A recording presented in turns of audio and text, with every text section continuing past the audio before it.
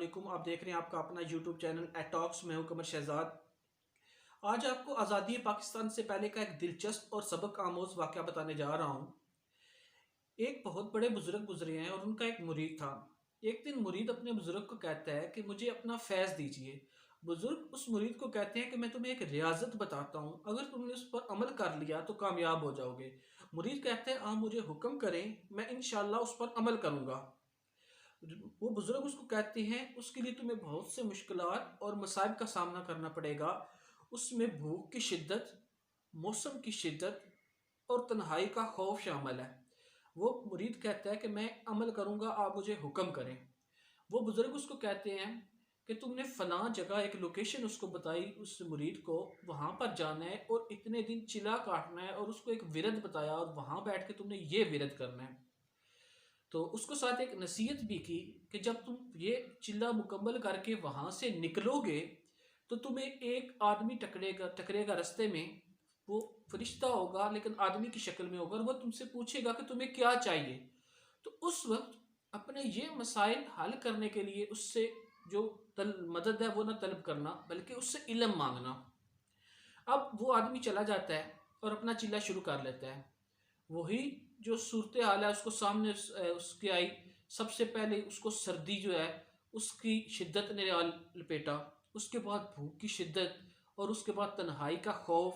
جنگل بیابان، کوئی انسان موجود نہیں ہے، ہر طرف جانور ہیں اور جانوروں کے حملے کا خطرہ. جیسے کیسے کر کے وہ اپنا چلہ مکمل کرتا ہے، اور جب چلہ مکمل کر کے وہ پگڈنڈی جو قریبی قصبہ کی طرف جاتی ہے اس کا راہ لیتا ہے، تو وہاں پر اس کو ایک آدمی ملتا ہے، اور وہ آدمی اس کا نام لے کر اس سے پوچھتا ہے کہ بتاؤ تمہیں کیا چاہیے. اس وقت اس کو اپنے اس بزرگ کی نصیحت یاد آتی ہے کہ اس آدمی سے علم طلب کرنا. وہ اس آدمی کو کہتا ہے کہ مجھے علم دے دو. وہ علم لے کر اب آگے چلتا ہے، بھوک سے نڈال ہے، رستے میں گر پڑتا ہے. اسے افسوس ہوتا ہے کہ میں نے کیوں نہ اپنی بھوک جو ہے اس کو مٹانے کے لیے کوئی وسائل طلب کیے. اب آگے چلتا ہے، قریبی جو قصبہ ہے وہاں پہنچتا ہے. اس قصبے میں جا کے ایک گھر کا دروازہ کھٹکھٹاتا ہے. دروازہ کھٹکھٹانے کے بعد وہ بھوک کی شدت سے اس طرح نڈھال ہو چکا ہوتا ہے کہ بے ہوش ہو جاتا ہے اور گر پڑتا ہے. جب اس گھر کے مکین باہر نکلتے ہیں اور رات کے اس پیر جبکہ 2 بجے کا ٹائم ہے اور باہر نکل کے دیکھتے ہیں تو ایک آدمی گھر کی دہلیز پر بے ہوش پڑا ہے. وہ اس آدمی کو اٹھا کر اندر لے کر جاتے ہیں اور اس کے قریب ایک انگیٹھی جو ہے اس کو گرم کر کے رکھتے ہیں اور اس کو ایک لحاف دیتے ہیں، اس کے اوپر پانی کے چھٹے مارتے ہیں، اس کو ہوش آتی ہے، اس کو کھانا دیتے ہیں، اور سارے گھر کے جو لوگ ہیں وہ اکٹھے ہو جاتے ہیں اور اس کے قریب بیٹھ جاتے ہیں. تو اس کو اپنے بزرگ کی وہ نصیحت یاد آتی ہے کہ علم مانگنا، باقی وسائل نہ مانگنا، کیونکہ اب اس کے پاس لوگ بھی موجود ہیں، کھانا بھی موجود ہے، موسم کی شدت وہ بھی گزر چکی ہے. تو اب تقریباً اسی دوران تقریباً 3 ساڑھے 3 کا ٹائم ہو جاتا ہے. تو گھر کے مکین اس کو کہتے ہیں کہ اب آپ آرام کریں، انشاءاللہ صبح پھر ملتے ہیں. اب وہ سارے لوگ اپنے اپنے کمروں کو چلے جاتے ہیں اور وہ اس کمرے میں لیٹ کر سو جاتا ہے. ابھی اس کو سوئے ہوئے کچھ دیر ہی گزرتی ہے کہ اسے کسی کے رونے کی آواز آتی ہے. کوئی عورت رو کر کہہ رہی ہوتی ہے کہ میرے بیٹے کے لیے دعا کریں.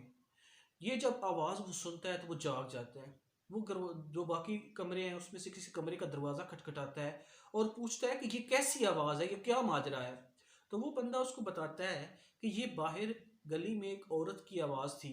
ہمارے جو یہ قصبہ ہے اس کا جو سردار ہے اس کا بیٹا بیمار ہے اور وہ بستر مرگ پر موجود ہے، اور ہمارے ہاں یہ رواج ہے کہ جب کوئی بیمار ہوتا ہے، بہت شدید بیمار ہو جاتا ہے، تو اس کو چارپائی پہ لٹا کے جو یہ قصبہ ہے اس کی گلیوں میں پھرایا جاتا ہے اور ساتھ لوگوں سے دعا کی اپیل کی جاتی ہے.